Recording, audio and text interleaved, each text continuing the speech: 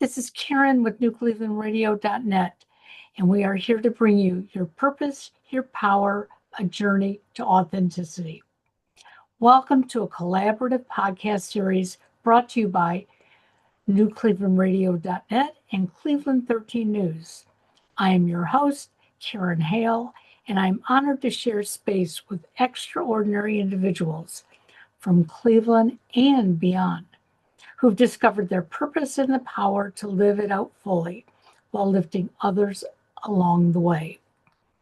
Over the past 13 years, podcasting has been more than a career. It's been a path to reclaiming my own authenticity. Before that first recording, I spent years chasing an image of who I thought I should be. But the moment I introduced my very first guest, something shifted. I found my voice and, more importantly, my purpose. This series is about meaningful connection, mutual growth, and the beauty of learning from each other's stories. I'm so glad you're here. Now let's meet my guest. His name is Frank Healy. I met him through podmatch.com. And I have to say this on every recording I do. If it weren't for podmatch.com, I would not be meeting people like Frank and learning so much about how other people live their lives. Frank, you write in your bio that you are one of about 100 people in the world who have your condition. And I'm not going to even pronounce it because I don't want to mess it up. How is it possible there's only 100 people with this condition? Well, one of the things that I was studied at the University of California along with these 100 people. I was number 12 way back in 2011, Wednesday, February 9th. And one of the things they did with me and with the others are a CAT scan, which showed that our brains, the frontal lobes, which control a lot of the thinking, our frontal lobes are almost twice the size of the average person. So that may be a part of it. Yeah. So what is this condition, and can you explain it to us? Well, the condition, the technical name is hyperthymesia. And the everyday term, I they call it highly superior autobiographical memory, but I prefer to just, as an author who likes good grammar, I prefer to just say superior autobiographical memory. And what it is I'm 65 years old, and I remember every day of my life since I was not quite 6 years old. That includes the day of the week each day was, the weather, personal events, and if there were any big news events on the day. And so that going all the way back to the end of February 1966. So that's 59 and a half, almost 60 years of daily memories. Wow. So how does this serve you on a daily basis? I mean, to me, I would think that's just so much overwhelming information that I would want to run away from it. Yes, well, for many years when I was growing up, it was a mixed blessing because, sure, I remember all the good times with friends and family, all the fun that I've had, but I'd also remember bad days at school as well as bad days at work. And I've often said on podcasts and on radio shows, I not only remember my first kiss, I remember everyone. And so, and part of what came with the package of having this is also remembering the emotions I felt with all things going on. And so, I mean, it certainly serves me where I never have to look at a calendar like when I'm or anything. And it's and it's I became and some many times people have said, well, you should have become an accountant or an economist or something. And but what I discovered when they studied me is that it has less to do with being good at numbers and more to do with remembering episodes in life. So Go ahead. events. So So therefore, I became interested in psychology because I thought, well, I'd like, since I'm not going to let go of any of the memories, I might as well, I would like to be able to let go of the emotions from the bad memories, but keep Sure. the ones from the good memories. So through cognitive therapy, changing my thoughts about an event, using it to grow as a person, as well as as well as being able to switch to a different thought. And I got interested in some of the self-help techniques, such as EFT tapping, which is a quick way to get rid of an unwanted feeling. And and there's and so I've learned to let go of the emotion so that when a bad memory pops up, just like, okay, so what? No emotion behind it. Let's move on to the next thought. But I still feel the good feelings from the good memories. And now I teach my clients, I counsel and coach to do likewise. So, when I was growing up, my parents always said to me, if they needed to know something that happened, they would always ask me. Now, that was only as a young kid, okay? Okay. Don't even remember what those things were, but my parents, if they put their wallet down somewhere, they would come to me and say, "Do you know where my wallet is?" And instinctively, I would. Oh, Um, okay. don't know what that was all about, but I know that as I got older and I didn't remember those things, it frustrated me. How did I how was I so good at remembering all those things and now I'm not so good? And as I read your bio, I was thinking basically the same thing. You remember every day of your life. Does it stop you from trying to do something new today because of a memory of the past? No, it never does. A lot of times in my life when I would try something new, there could be some anxiety about it, but I do it anyway because if you imagine this metaphor, a scale in your head, on one side is the fear and the other side is the desire to do to do it.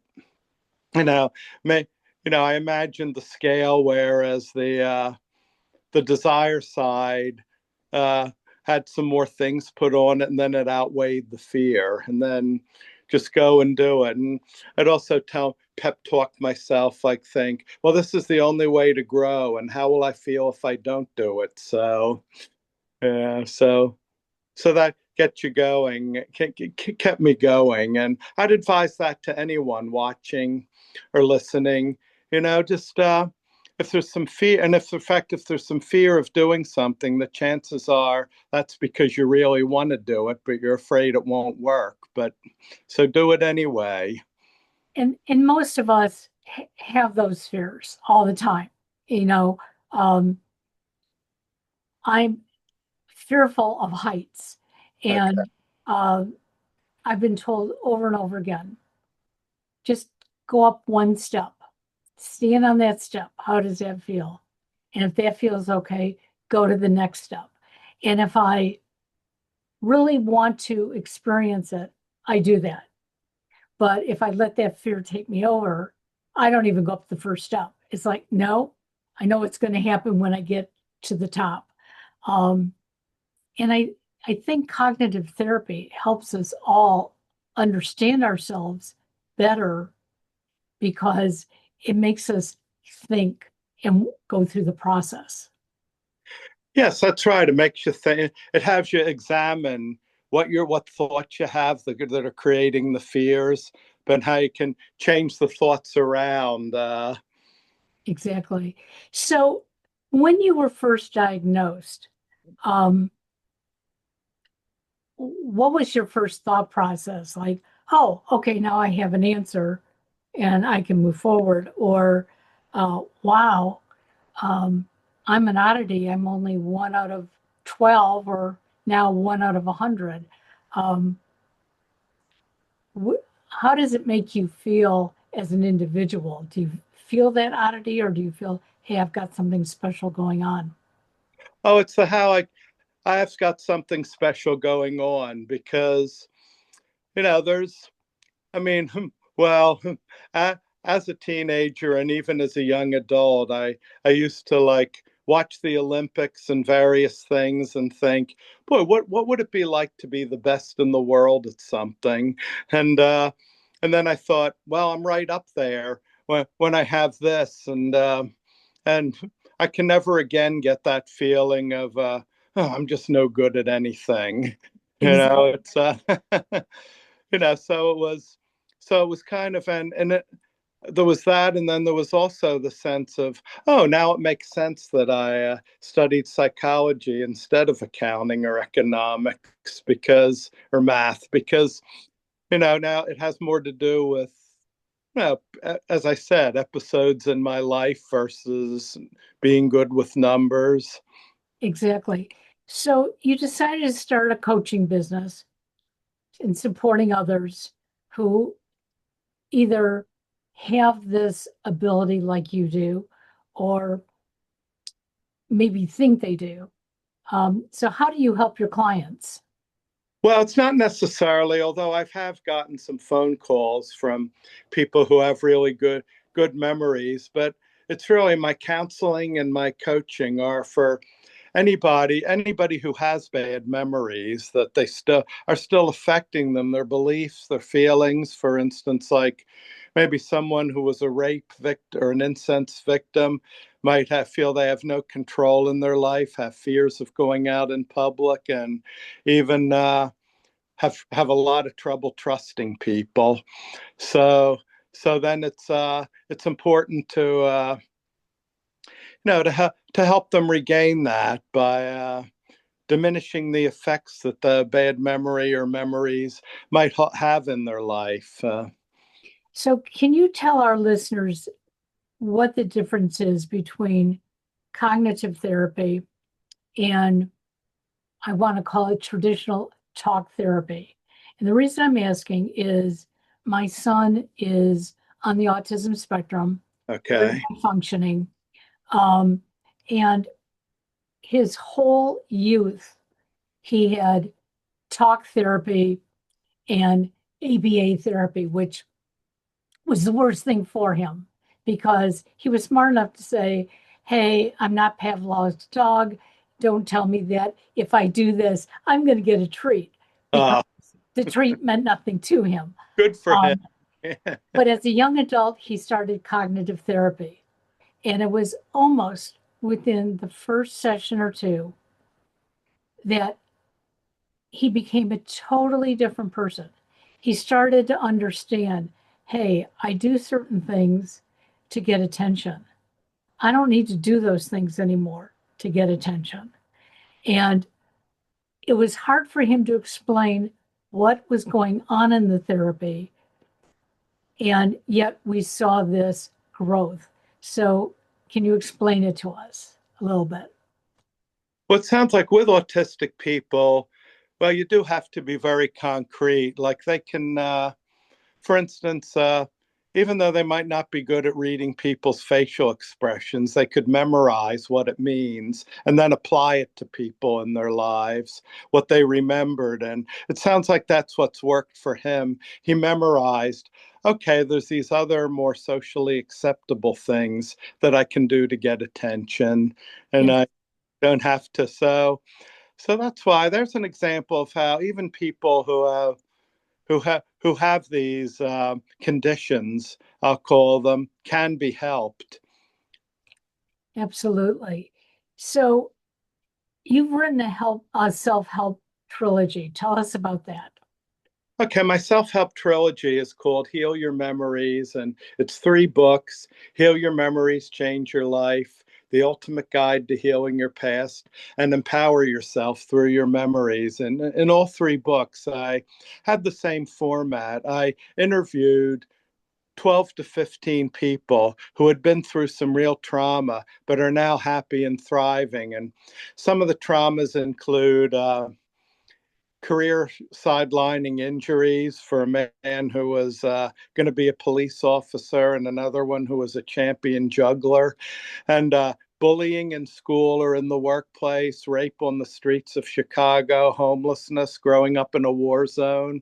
So, and what they did, and the books includes that very inspirational stories, as well as some meditative and visualization techniques that the reader can do to help heal the effects from past bad memories.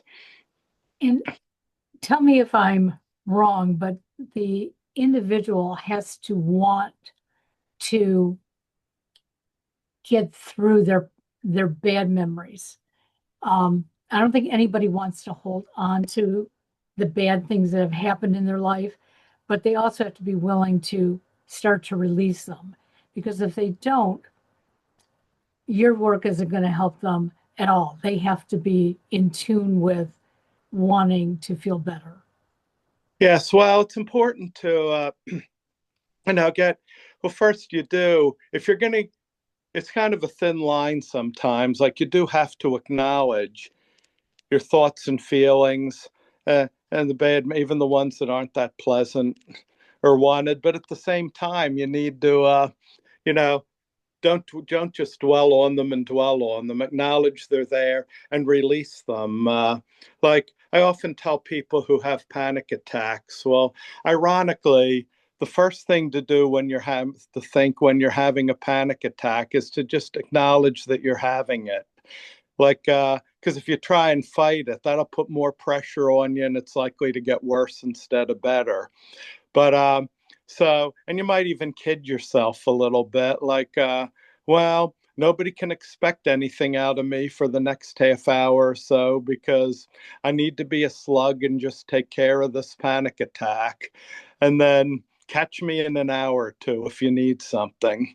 So it's kind of, so you do have to acknowledge the problem. And there's that old saying in the field, the first step is acknowledging the problem, but you don't dwell on it. As soon as you do acknowledge, then you immediately go to work on it. Well, and that's part of doing self-help and caring for yourself, which so many of us don't do properly. I know that when I was younger, I used to have a number of panic attacks.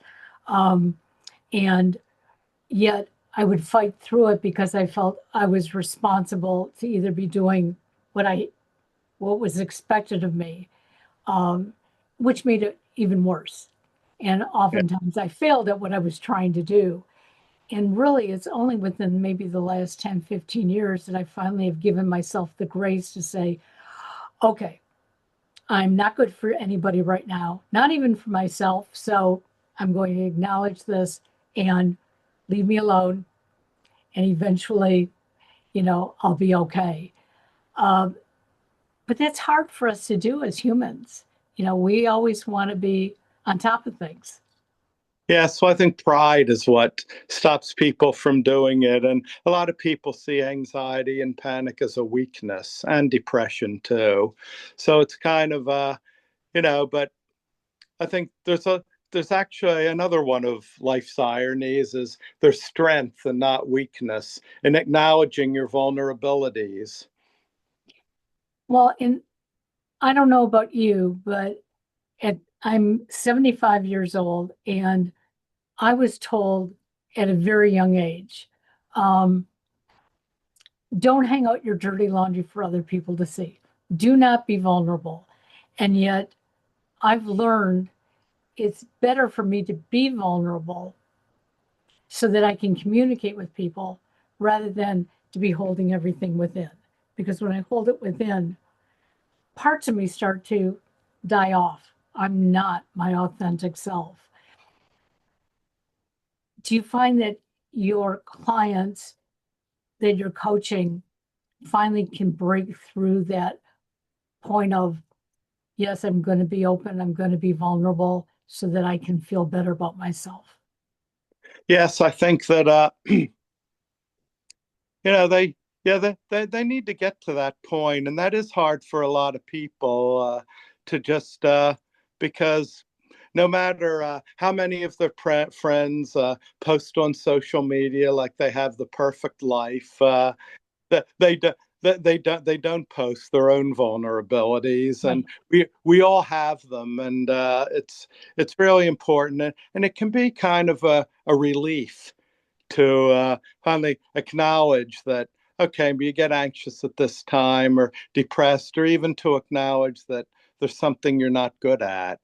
But it can be a release. And the reason people are so hard on that, I think well, family conditioning is a big part of it. And then when you're in your teens and 20s, still trying to find your way in the world, many young people believe it's not safe to show my vulnerabilities. Yeah, absolutely. Um, so, how do people find you? Because number one, some people may think they have your condition, whether they do or not, because they remember so much of their past. Um, but they also are looking for a way to release their stress, to find that happy medium in life, so to speak, so that they can fulfill their dreams. So, how do we find you? Okay, well, I have my my website, and maybe after the show I can send you these links for when it Okay. goes on, and is www.healyshealing.com. I have the perfect last name for a healer, and Absolutely. and so I have that, and there's you, if you go on, I have a Facebook page, Emotional Healing with Frank Healy, and which has been getting a lot of hits recently, and on my website, I always keep people on top of, like, when my books are on a discount, or occasionally I'll do free promotions, and I put clippings from podcasts, and so always they know what's going on, and I have a monthly newsletter. So those are a few ways to get hold of me, and it's okay also if you send me a personal email if you need help with something. It's Healy's Heal One at msn.com. I have one of those an old email that I've had Yep. for almost 25 years. It's, with all the social media that I'm on, and with my books and all, it didn't make sense to ever change my main Absolutely. email. So, yeah, so those are some ways. Well, I think that's absolutely wonderful. Before we end, I want to ask you, is there one childhood memory that really stands out amongst all your memories? Well, that's for me, with so many memories in there, that's kind of a tough question. I mean, certainly I remember the week when I was 5 years old, and homesick from school, and with chicken pox. And that's when I looked at a calendar that my uncle Billy down the street had given me. And I would look at each block of a date, and picture what would be on primetime TV that night, as well as play the tune in my head. And that's how, so that by the end of the week, I had that entire year memorized. Wow. And and so then I had that, and then, well, there were memories of my Monday, October 18th, 1971, when I was elected president of my sixth grade class. And then the night before the bicentennial, Saturday, July 3rd, 1976, was the first day that I ever worked at a job for pay. It was in an amusement arcade at the New Jersey seashore, where I still live in Sea Isle City, New Jersey. So, So that is exciting because when I think back to my teens, even early adulthood, I can tell you approximately when it happened, but I wouldn't know the exact day. I wouldn't know anything else that happened around then.